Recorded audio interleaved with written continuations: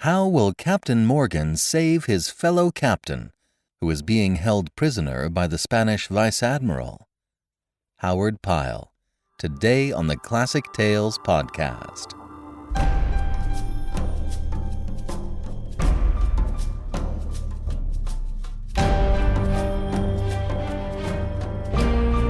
Welcome to the Classic Tales podcast. Thank you for listening.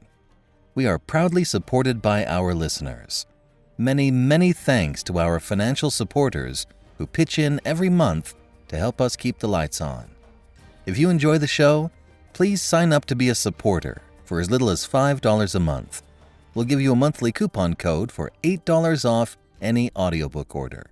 Give more and you get more. Go to classictalesaudiobooks.com and become a financial supporter today. You'll be glad you did. Thank you so much.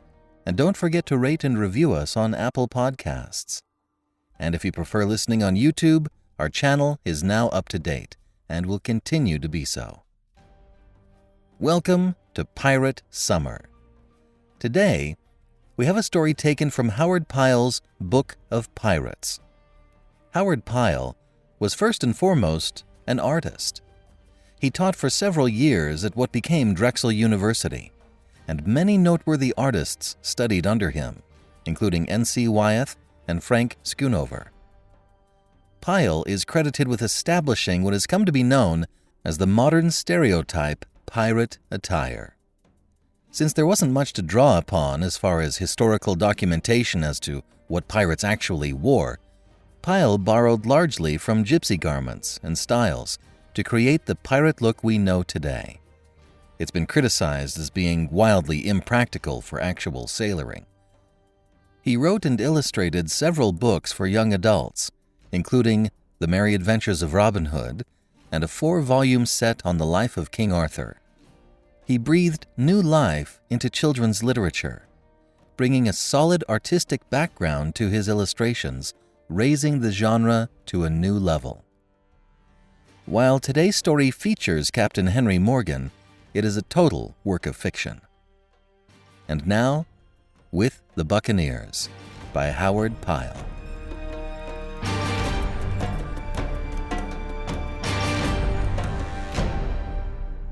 Wyeth the Buccaneers, being an account of certain adventures that befell Henry Mostyn under Captain H. Morgan in the year 1665 to 66.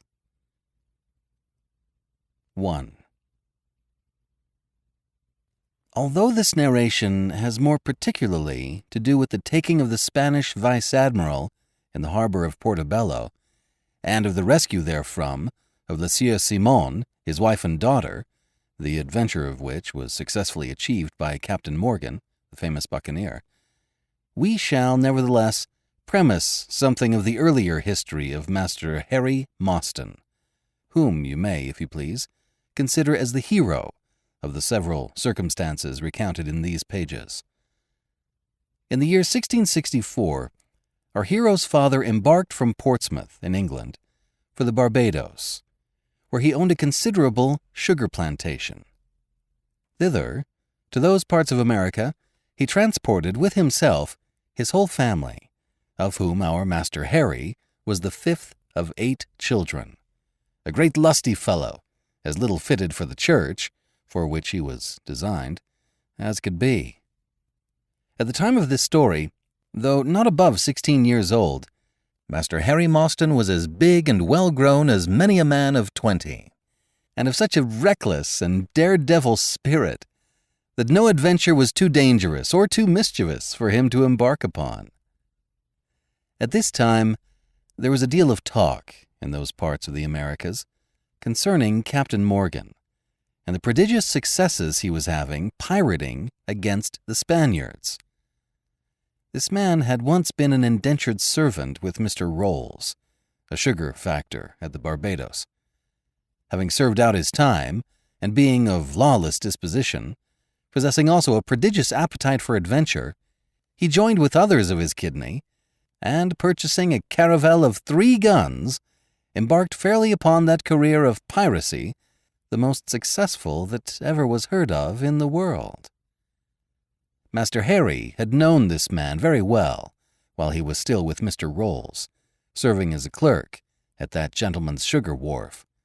A tall, broad-shouldered, strapping fellow, with red cheeks and thick red lips, and rolling blue eyes, and hair as red as any chestnut. Many knew him for a bold, gruff-spoken man, but no one at that time suspected that he had it in him to become so famous and renowned as he afterward grew to be. The fame of his exploits had been the talk of those parts for above a 12-month, when, in the latter part of the year 1665, Captain Morgan, having made a very successful expedition against the Spaniards into the Gulf of Campeche, where he took several important purchases from the Plate Fleet, came to the Barbados, there to fit out another such venture and to enlist recruits. He and certain other adventurers had purchased a vessel of some 500 tons, which they proposed to convert into a pirate by cutting portholes for cannon and running 3 or 4 carronades across her main deck. The name of this ship, be it mentioned, was the Good Samaritan, as ill-fitting a name as could be for such a craft, which, instead of being designed for the healing of wounds, was intended to inflict such devastation as those wicked men proposed. Here was a piece of mischief exactly fitted to our hero's tastes. Wherefore, having made up a bundle of clothes, and with not above a shilling in his pocket, he made an excursion into the town to seek for Captain Morgan. There he found the great pirate, established at an ordinary, with a little court of ragamuffins and swashbucklers gathered about him, all talking very loud and drinking healths in raw rum as though it were sugared water. And what a fine figure our buccaneer had grown, to be sure! How different from the poor, humble clerk upon the sugar wharf!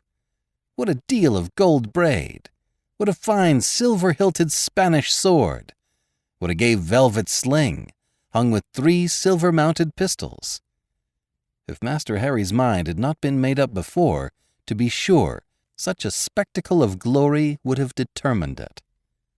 This figure of war our hero asked to step aside with him, and when they had come into a corner, proposed to the other what he intended, and that he had a mind to enlist as a gentleman adventurer upon this expedition. Upon this, our rogue of a buccaneer captain burst out a-laughing, and fetching Master Harry a great thump upon the back, swore roundly that he would make a man of him, and that it was a pity to make a parson out of so good a piece of stuff. Nor was Captain Morgan less good than his word, for when the Good Samaritan set sail with a favoring wind for the island of Jamaica, Master Harry found himself established as one of the adventurers aboard. 2. Could you but have seen the town of Port Royal as it appeared in the year 1665, you would have beheld a sight very well worth while looking upon. There were no fine houses at that time, and no great counting-houses built of brick, such as you may find nowadays, but a crowd of board and wattled huts huddled along the streets, and all so gay with flags and bits of color that Vanity Fair itself could not have been gayer. To this place came all the pirates and buccaneers that infested those parts, and men shouted and swore and gambled, and poured out money like water, and then maybe wound up their merrymaking by dying of fever.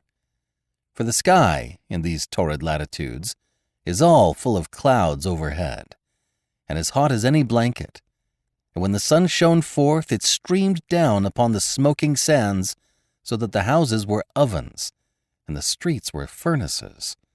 So it was little wonder that men died like rats in a hole. But little they appeared to care for that, so that everywhere you might behold a multitude of painted women and Jews and merchants and pirates, gaudy with red scarves and gold braid and all sorts of odds and ends of foolish finery, all fighting and gambling and bartering for that ill-gotten treasure of the berobbed Spaniard. Here arriving, Captain Morgan found a hearty welcome, and a message from the governor awaiting him, the message bidding him attend His Excellency upon the earliest occasion that offered. Whereupon, taking our hero, of whom he had grown prodigiously fond, along with him, our pirate went, without any loss of time, to visit Sir Thomas Modiford, who was then the royal governor of all this devil's brew of wickedness. They found His Excellency seated in a great easy-chair, under the shadow of a slatted veranda, the floor whereof was paved with brick.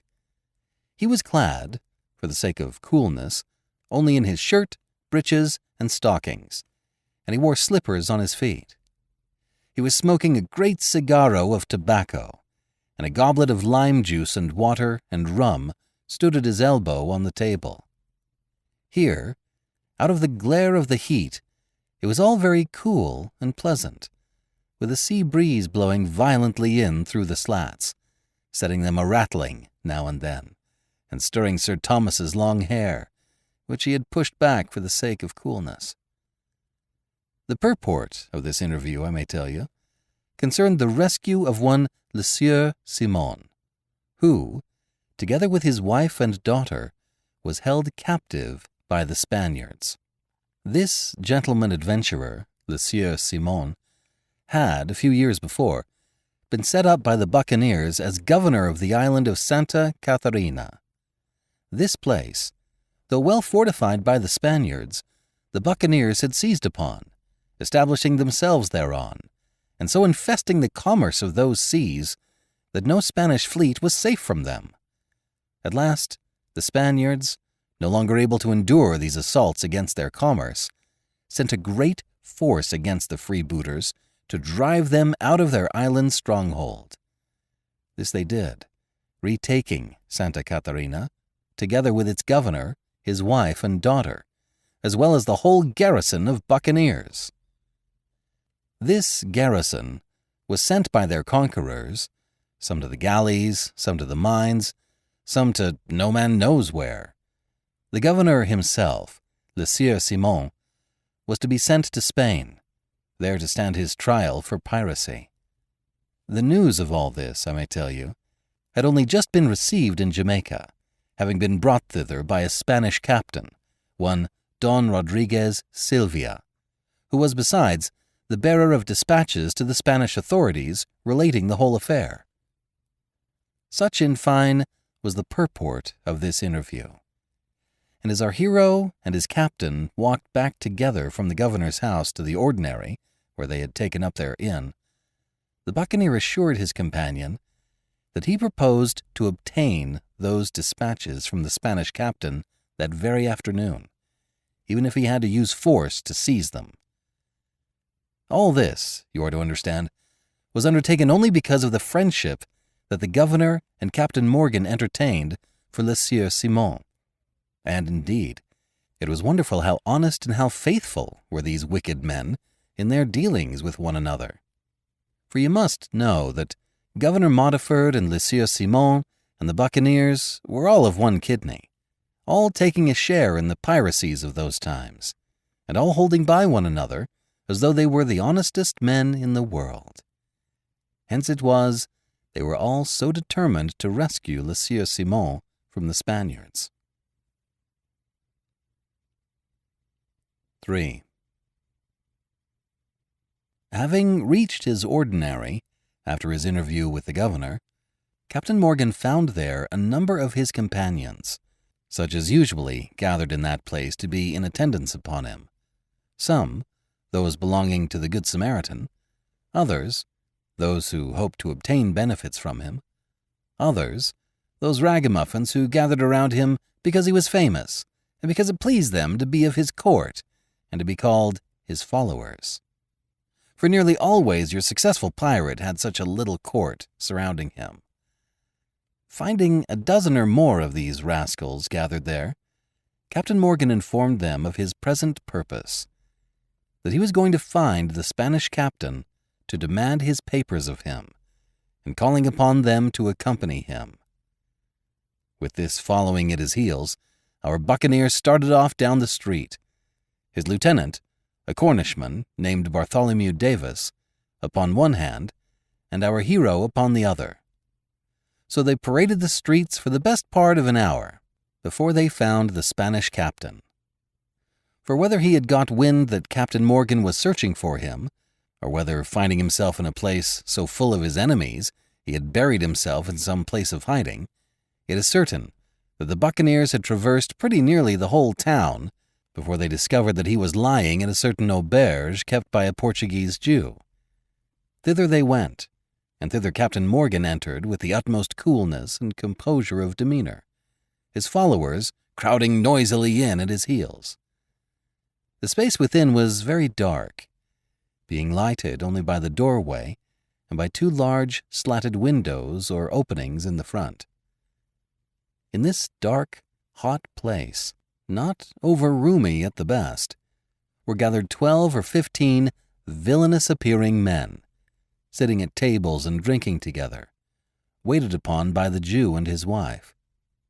Our hero had no trouble in discovering which of this lot of men was Captain Sylvia, for not only did Captain Morgan direct his glance full of war upon him, but the Spaniard was clad with more particularity and with more show of finery than any of the others who were there. Him Captain Morgan approached and demanded his papers, whereunto the other replied with such a jabber of Spanish and English that no man could have understood what he said. To this Captain Morgan in turn replied that he must have those papers no matter what it might cost him to obtain them, and thereupon drew a pistol from his sling and presented it at the other's head. At this threatening action the innkeeper's wife fell a-screaming, and the Jew, as in a frenzy, besought them not to tear the house down about his ears. Our hero could hardly tell what followed, only that all of a sudden there was a prodigious uproar of combat. Knives flashed everywhere, and then a pistol was fired so close to his head that he stood like one stunned, hearing someone crying out in a loud voice, but not knowing whether it was a friend or a foe who had been shot. Then another pistol shot so deafened what was left of Master Harry's hearing that his ears rang for above an hour afterward. By this time the whole place was full of gunpowder smoke, and there was the sound of blows and oaths and outcrying and the clashing of knives.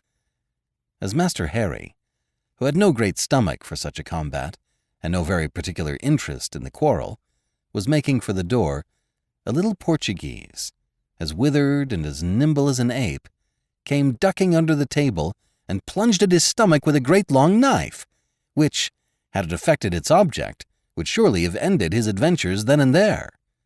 Finding himself in such danger, Master Harry snatched up a heavy chair, and flinging it at his enemy, who was preparing for another attack, he fairly ran for it out of the door, expecting every instant to feel the thrust of the blade betwixt his ribs. A considerable crowd had gathered outside, and others, hearing the uproar, were coming running to join them. With these our hero stood, trembling like a leaf, and with cold chills running up and down his back like water at the narrow escape from the danger that had threatened him. Nor shall you think him a coward, for you must remember he was hardly 16 years old at the time, and that this was the first affair of the sort he had encountered. Afterward, as you shall learn, he showed that he could exhibit courage enough at a pinch. While he stood there, endeavoring to recover his composure, the while the tumult continued within, suddenly 2 men came running almost together out of the door, a crowd of the combatants at their heels. The first of these men was Captain Sylvia. The other, who was pursuing him, was Captain Morgan. As the crowd about the door parted before the sudden appearing of these, the Spanish captain, perceiving, as he supposed, a way of escape opened to him, darted across the street with incredible swiftness toward an alleyway upon the other side. Upon this, seeing his prey like to get away from him, Captain Morgan snatched a pistol out of his sling, and resting it for an instant across his arm, fired at the flying Spaniard, and that with so true an aim that, though the street was now full of people, the other went tumbling over and over all of a heap in the kennel, where he lay, after a twitch or two, as still as a log. At the sound of the shot and the fall of the man, the crowd scattered upon all sides, yelling and screaming, and the street being thus pretty clear, Captain Morgan ran across the way to where his victim lay, his smoking pistol still in his hand, and our hero following close at his heels. Our poor Harry had never before beheld a man killed thus in an instant, who a moment before had been so full of life and activity, for when Captain Morgan turned the body over upon its back, he could perceive at a glance, little as he knew of such matters, that the man was stone dead. And indeed, it was a dreadful sight for him who was hardly more than a child. He stood, rooted, for he knew not how long, staring down at the dead face with twitching fingers and shuddering limbs. Meantime, a great crowd was gathering about them again. As for Captain Morgan, he went about his work with the utmost coolness and deliberation imaginable, unbuttoning the waistcoat and the shirt of the man he had murdered with fingers that neither twitched nor shook. There were a gold cross and a bunch of silver medals hung by a whipcord about the neck of the dead man. This Captain Morgan broke away with a snap, reaching the jingling baubles to Harry, who took them in his nerveless hand and fingers that he could hardly close upon what they held. The papers Captain Morgan found in a wallet in an inner breast pocket of the Spaniard's waistcoat. These he examined one by one, and finding them to his satisfaction, tied them up again, and slipped the wallet and its contents into his own pocket. Then, for the first time, he appeared to observe Master Harry, who indeed must have been standing, the perfect picture of horror and dismay. Whereupon, bursting out a-laughing and slipping the pistol he had used back into its sling again, he fetched poor Harry a great slap upon the back, bidding him be a man, for that he would see many such sights as this. But indeed it was no laughing matter for poor Master Harry, for it was many a day before his imagination could rid itself of the image of the dead Spaniard's face. And as he walked away down the street with his companions, leaving the crowd behind them and the dead body where it lay for its friends to look after, his ears humming and ringing from the deafening noise of the pistol shots fired in the close room, and the sweat trickling down his face in drops, he knew not whether all that had passed had been real, or whether it was a dream from which he might presently awaken. 4. The papers Captain Morgan had thus seized upon as the fruit of the murder he had committed must have been as perfectly satisfactory to him as could be, for having paid a second visit that evening to Governor Modiford, the pirate lifted anchor the next morning and made sail toward the Gulf of Darien. There, after cruising about in those waters for about a fortnight without falling in with a vessel of any sort, at the end of that time they overhauled a caravel bound from Portobello to Cartagena, which vessel they took, and finding her loaded with nothing better than raw hides, scuttled and sank her, being then about 20 leagues from the main of Cartagena. From the captain of this vessel, they learned that the Plate Fleet was then lying in the harbor of Portobello, not yet having set sail thence, but waiting for the change of the winds before embarking for Spain. Besides this, which was a good deal more to their purpose, the Spaniards told the pirates that the Sieur Simon, his wife, and daughter were confined aboard the vice-admiral of that fleet, and that the name of the vice-admiral was the Santa Maria y Valladolid.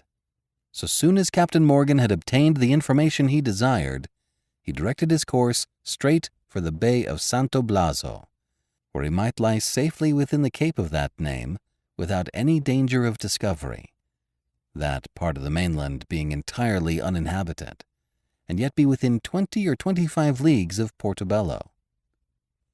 Having come safely to this anchorage, he at once declared his intentions to his companions, which were as follows: that it was entirely impossible for them to hope to sail their vessel into the harbor of Portobello, and to attack the Spanish vice-admiral where he lay in the midst of the armed flota. Wherefore, if anything was to be accomplished, it must be undertaken by some subtle design, rather than by open-handed boldness, Having so prefaced what he had to say, he now declared that it was his purpose to take one of the ship's boats and to go in that to Portobello, trusting for some opportunity to occur to aid him either in the accomplishment of his aims or in the gaining of some further information. Having thus delivered himself, he invited any who dared to do so to volunteer for the expedition, telling them plainly that he would constrain no man to go against his will, for that at best it was a desperate enterprise, possessing only the recommendation that in its achievement the few who undertook it would gain great renown and perhaps a very considerable booty. And such was the incredible influence of this bold man over his companions, and such was their confidence in his skill and cunning, that not above a dozen of all those aboard hung back from the undertaking, but nearly every man desired to be taken. Of these volunteers, Captain Morgan chose 20, among others our Master Harry, and having arranged with his lieutenant that if nothing was heard from the expedition at the end of 3 days, he should sail for Jamaica to await news. He embarked upon that enterprise, which, though never heretofore published, was perhaps the boldest and the most desperate of all those that have since made his name so famous. For what could be a more unparalleled undertaking than for a little open boat, containing but 20 men, to enter the harbor of the third strongest fortress of the Spanish mainland, with the intention of cutting out the Spanish vice-admiral from the midst of a whole fleet of powerfully armed vessels? And how many men in all the world do you suppose would venture such a thing? But there is this to be said of that great buccaneer, that if he undertook enterprises so desperate as this, he yet laid his plans so well that they never went altogether amiss. Moreover, the very desperation of his successes was of such a nature that no man could suspect that he would dare to undertake such things, and accordingly his enemies were never prepared to guard against his attacks. Aye, had he but worn the king's colors and served under the rules of honest war, he might have become as great and as renowned as Admiral Blake himself. But all that is neither here nor there. What I have to tell you now is that Captain Morgan, in this open boat with his 20 mates, reached the Cape of Salmedina toward the fall of day. Arriving within view of the harbor, they discovered the plate fleet at anchor, with 2 men of war and an armed galley riding as a guard at the mouth of the harbor, scarce half a league distant from the other ships. Having spied the fleet in this posture, the pirates presently pulled down their sails and rowed along the coast, feigning to be a Spanish vessel from Nombre de Dios. So hugging the shore, they came boldly within the harbor, upon the opposite side of which you might see the fortress a considerable distance away. Being now come so near to the consummation of their adventure, Captain Morgan required every man to make an oath to stand by him to the last, whereunto our hero swore as heartily as any man aboard, although his heart, I must needs confess, was beating at a great rate at the approach of what was to happen. Having thus received the oaths of all his followers, Captain Morgan commanded the surgeon of the expedition that when the order was given, he, the medico, was to bore 6 holes in the boat, so that, it sinking under them, they might all be compelled to push forward with no chance of retreat. And such was the ascendancy of this man over his followers, and such was their awe of him, that not one of them uttered even so much as a murmur, though what he had commanded the surgeon to do pledged them either to victory or to death, with no chance to choose between. Nor did the surgeon question the orders he had received, much less did he dream of disobeying them. By now it had fallen pretty dusk, whereupon, spying 2 fishermen in a canoe at a little distance, Captain Morgan demanded of them in Spanish which vessel of those at anchor in the harbor was the vice-admiral, for that he had dispatches for the captain thereof. Whereupon the fishermen, suspecting nothing, pointed to them a galleon of great size riding at anchor not half a league distant. Toward this vessel accordingly the pirates directed their course, and when they had come pretty nigh, Captain Morgan called upon the surgeon that now it was time for him to perform the duty that had been laid upon him. Whereupon the other did as he was ordered, and that so thoroughly that the water presently came gushing into the boat in great streams, whereat all hands pulled for the galleon as though every next moment was to be their last. And what do you suppose were our hero's emotions at this time? Like all in the boat, his awe of Captain Morgan was so great that I do believe he would rather have gone to the bottom than have questioned his command, even when it was to scuttle the boat. Nevertheless, when he felt the cold water gushing about his feet, for he had taken off his shoes and stockings, he became possessed with such a fear of being drowned that even the Spanish galleon had no terrors for him, if he could only feel the solid planks thereof beneath his feet. Indeed, all the crew appeared to be possessed of a like dismay, for they pulled at the oars with such an incredible force that they were under the quarter of the galleon before the boat was half filled with water. Here, as they approached, it then being pretty dark, and the moon not yet having risen, the watch upon the deck hailed them, whereupon Captain Morgan called out in Spanish that he was Captain Alvarez Mendazo, and that he brought dispatches for the vice-admiral. But at that moment, the boat being now so full of water as to be logged, it suddenly tilted upon one side as though to sink beneath them, whereupon all hands without further orders went scrambling up the side, as nimble as so many monkeys, each armed with a pistol in one hand and a cutlass in the other, and so were upon deck before the watch could collect his wits to utter any outcry, or to give any other alarm than to cry out, "Jesu bless us, who are these?" At which words somebody knocked him down with the butt of a pistol, though who it was our hero could not tell in the darkness and the hurry. Before any of those upon deck could recover from their alarm, or those from below come up upon deck, a part of the pirates, under the carpenter and the surgeon, had run to the gun-room and had taken possession of the arms, while Captain Morgan, with Master Harry and the Portuguese called Murillo Brasiliano, had flown with the speed of the wind into the great cabin. Here they found the captain of the vice-admiral playing at cards with the Sieur Simon and a friend, Madame Simon and her daughter being present. Captain Morgan instantly set his pistol at the breast of the Spanish captain, swearing with a most horrible, fierce countenance that if he spoke a word or made any outcry, he was a dead man.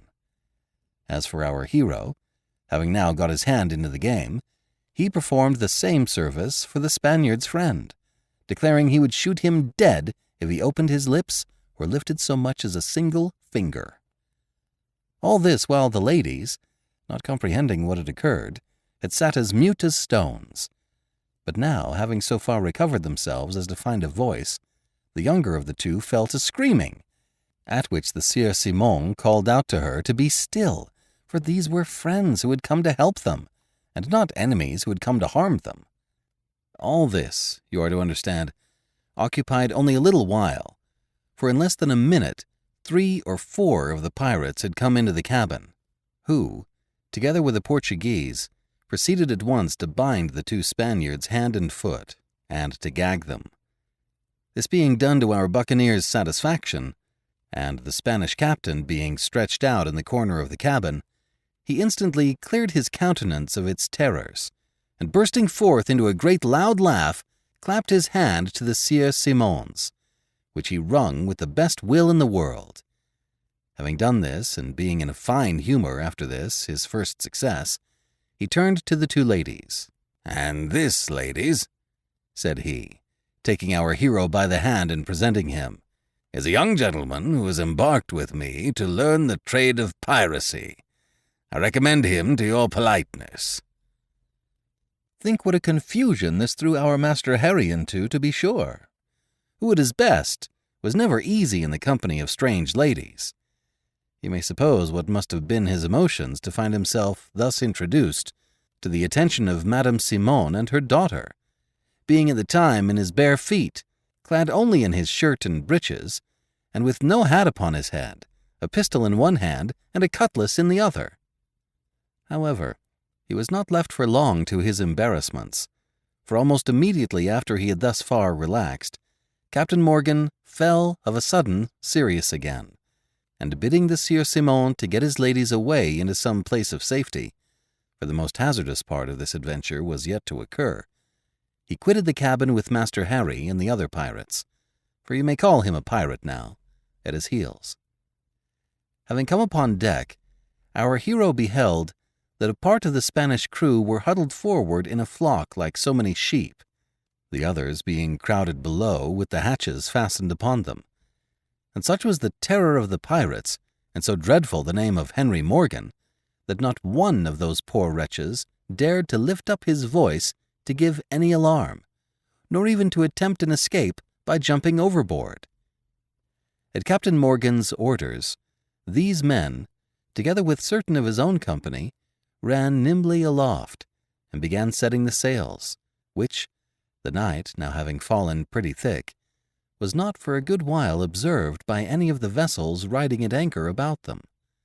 Indeed, the pirates might have made good their escape, with at most only a shot or two from the men of war, had it not then been about the full of the moon, which, having arisen, presently discovered to those of the fleet that lay closest about them what was being done aboard the vice-admiral.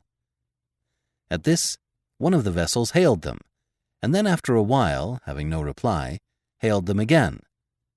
Even then the Spaniards might not immediately have suspected anything was amiss, but only that the vice-admiral, for some reason best known to himself, was shifting his anchorage.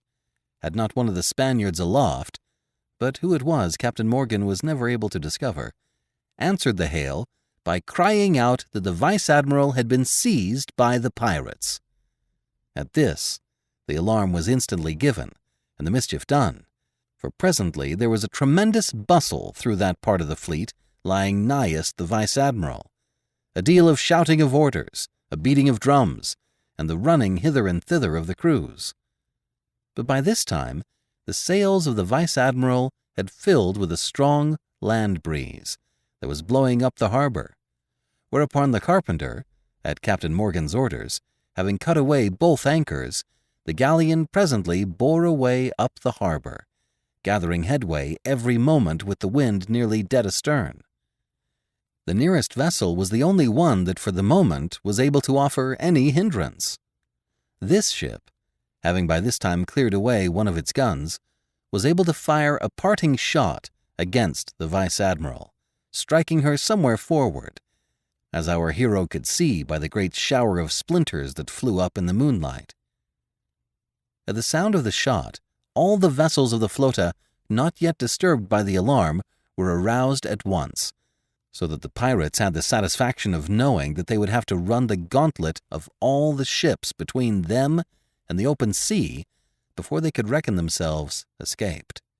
And indeed, to our hero's mind it seemed that the battle which followed must have been the most terrific cannonade that was ever heard in the world. It was not so ill at first, for it was some while before the Spaniards could get their guns clear for action, they being not the least in the world prepared for such an occasion as this. But by and by first one and then another ship opened fire upon the galleon, until it seemed to our hero that all the thunders of heaven let loose upon them could not have created a more prodigious uproar, and that it was not possible that they could any of them escape destruction. By now the moon had risen full and round, so that the clouds of smoke that rose in the air appeared as white as snow.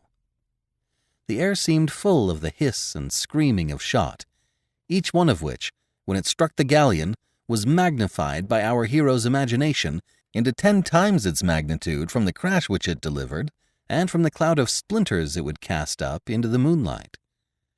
At last he suddenly beheld one poor man knocked sprawling across the deck, who, as he raised his arm from behind the mast, disclosed that the hand was gone from it, and that the shirt-sleeve was red with blood in the moonlight. At this sight, all the strength fell away from poor Harry, and he felt sure that a like fate, or even a worse, must be in store for him.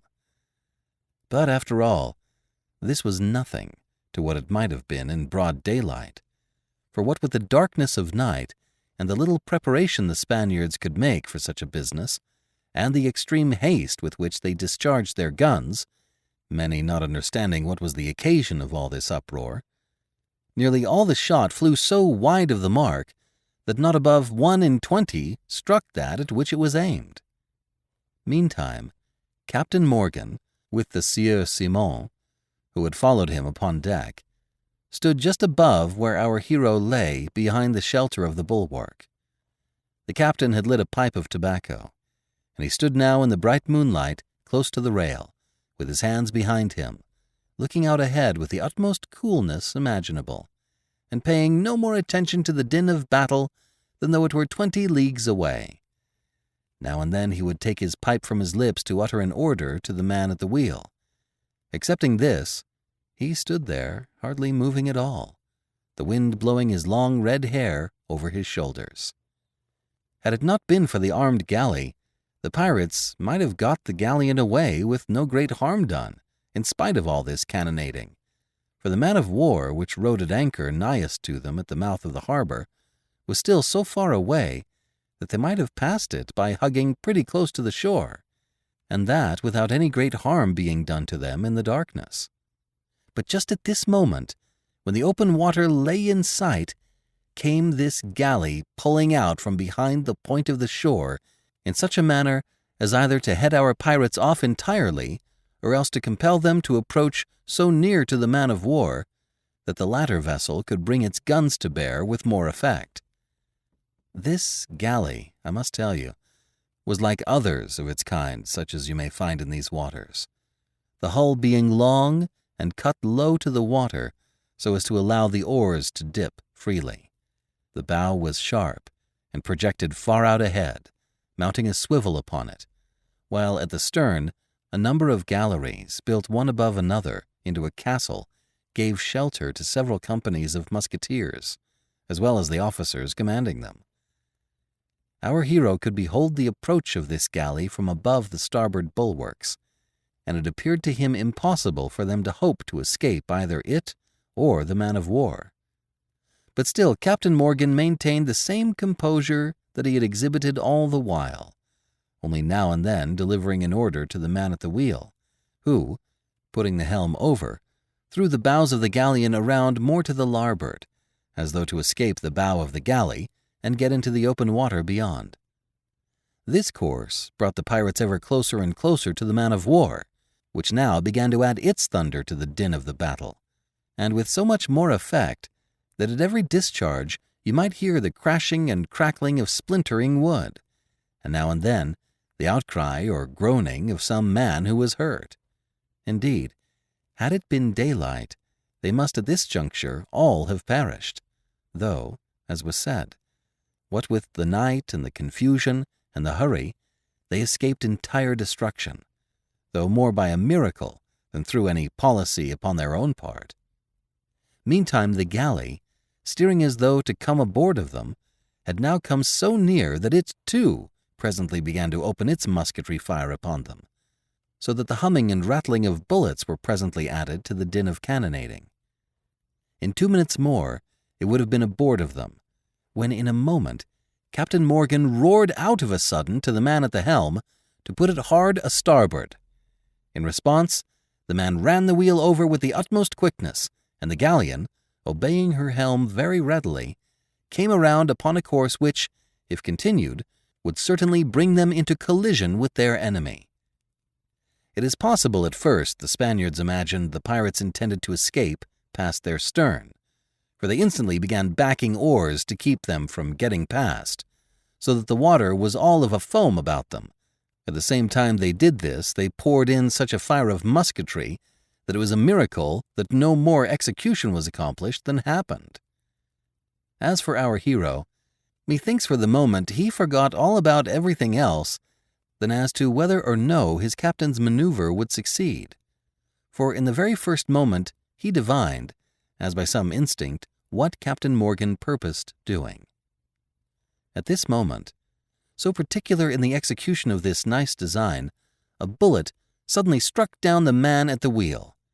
Hearing the sharp outcry, our Harry turned to see him fall forward and then to his hands and knees upon the deck, the blood running in a black pool beneath him, while the wheel, escaping from his hands, spun over until the spokes were all of a mist. In a moment, the ship would have fallen off before the wind, had not our hero, leaping to the wheel, even as Captain Morgan shouted an order for someone to do so, seized the flying spokes, whirling them back again, and so bringing the bow of the galleon up to its former course. In the first moment of this effort, he had reckoned of nothing but of carrying out his captain's designs. He neither thought of cannonballs nor of bullets. But now that his task was accomplished, he came suddenly back to himself to find the galleries of the galley aflame with musket shots, and to become aware with the most horrible sinking of the spirits that all the shots therefrom were intended for him. He cast his eyes about him with despair, but no one came to ease him of his task, which, having undertaken, he had too much spirit to resign from carrying through to the end, though he was well aware that the very next instant might mean his sudden and violent death. His ears hummed and rang, and his brain swam as light as a feather. I know not whether he breathed, but he shut his eyes tight, as though that might save him from the bullets that were raining about him. At this moment, the Spaniards must have discovered for the first time the pirates' design, for of a sudden they ceased firing, and began to shout out a multitude of orders, while the oars lashed the water all about with a foam. But it was too late then for them to escape, for within a couple of seconds the galleon struck her enemy a blow so violent upon the larboard quarter as nearly to hurl our Harry upon the deck, and then with a dreadful, horrible crackling of wood, commingled with the yelling of men's voices, the galley was swung around upon her side, and the galleon, sailing into the open sea, left nothing of her immediate enemy but a sinking wreck, and the water dotted all over with bobbing heads and waving hands in the moonlight. And now, indeed, that all danger was past and gone, there were plenty to come running to help our hero at the wheel. As for Captain Morgan, having come down upon the main deck, he fetches the young helmsman a clap upon the back. "Well, Master Harry," says he, "and did I not tell you I would make a man of you?" Whereat our poor Harry fell a-laughing, but with a sad catch in his voice, for his hands trembled as with an ague, and were as cold as ice. As for his emotions, God knows he was nearer crying than laughing, if Captain Morgan had but known it. Nevertheless, though undertaken under the spur of the moment, I protest it was indeed a brave deed, and I cannot but wonder how many young gentlemen of 16 there are today who, upon a like occasion, would act as well as our Harry. 5. The balance of our hero's adventures were of a lighter sort than those already recounted, for the next morning the Spanish captain, a very polite and well-bred gentleman, having fitted him out with a shift of his own clothes, Master Harry was presented in a proper form to the ladies. For Captain Morgan, if he had felt a liking for the young man before, could not now show sufficient regard for him. He ate in the great cabin, and was petted by all. Madame Simon, who was a fat and red-faced lady, was forever praising him, and the young miss, who was extremely well-looking, was as continually making eyes at him. She and Master Harry, I must tell you, would spend hours together, she making pretense of teaching him French, although he was so possessed with a passion of love that he was nigh suffocated with it. She, upon her part, perceiving his emotions, responded with extreme good nature and complacency, so that had our hero been older, and the voyage proved longer, he might have become entirely enmeshed in the toils of his fair siren. For all this while, you are to understand, the pirates were making sail straight for Jamaica, which they reached upon the 3rd day in perfect safety. In that time, however, the pirates had well nigh gone crazy for joy. For when they came to examine their purchase, they discovered her cargo to consist of plate to the prodigious sum of 130,000 pounds in value. It was a wonder they did not all make themselves drunk for joy. No doubt they would have done so, had not Captain Morgan, knowing they were still in the exact track of the Spanish fleets, threatened them that the first man among them who touched a drop of rum without his permission, he would shoot him dead upon the deck. This threat had such effect that they all remained entirely sober until they had reached Port Royal Harbor, which they did about 9 o'clock in the morning. And now it was that our hero's romance came all tumbling down about his ears with a run. For they had hardly come to anchor in the harbor when a boat came from a man-of-war, and who should come stepping aboard but Lieutenant Grantley, a particular friend of our hero's father, and his own eldest brother, Thomas, who, putting on a very stern face, informed Master Harry that he was a desperate and hardened villain who was sure to end at the gallows, and that he was to go immediately back to his home again. He told our embryo pirate that his family had nigh gone distracted because of his wicked and ungrateful conduct. Nor could our hero move him from his inflexible purpose. "What?" says our Harry. "And will you not then let me wait until our prize is divided, and I get my share?" "Prize indeed," says his brother.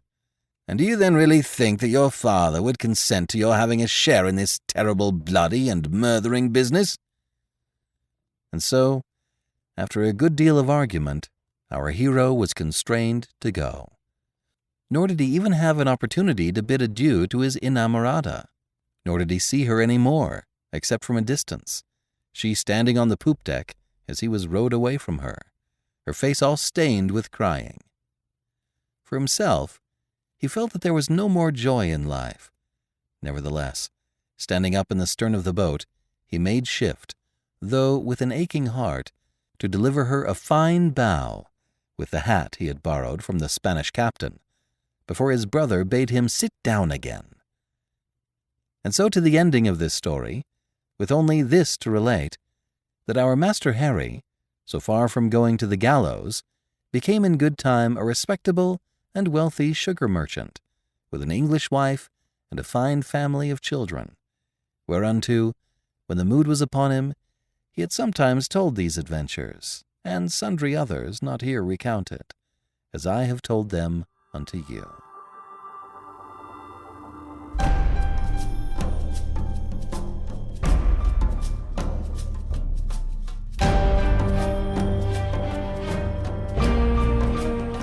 This is B.J. Harrison. I hope you've enjoyed this unabridged production of With the Buccaneers by Howard Pyle. If you have enjoyed this book, please become a monthly supporter by going to ClassicTalesAudiobooks.com. Donate $5 a month and get a monthly coupon code for $8 off anything in the store. Give more and you get more. Thank you so much for your support. Thank you for joining me today and allowing classic literature to awaken your better self. Please join me every week, and we'll rediscover the greatest stories ever put to paper.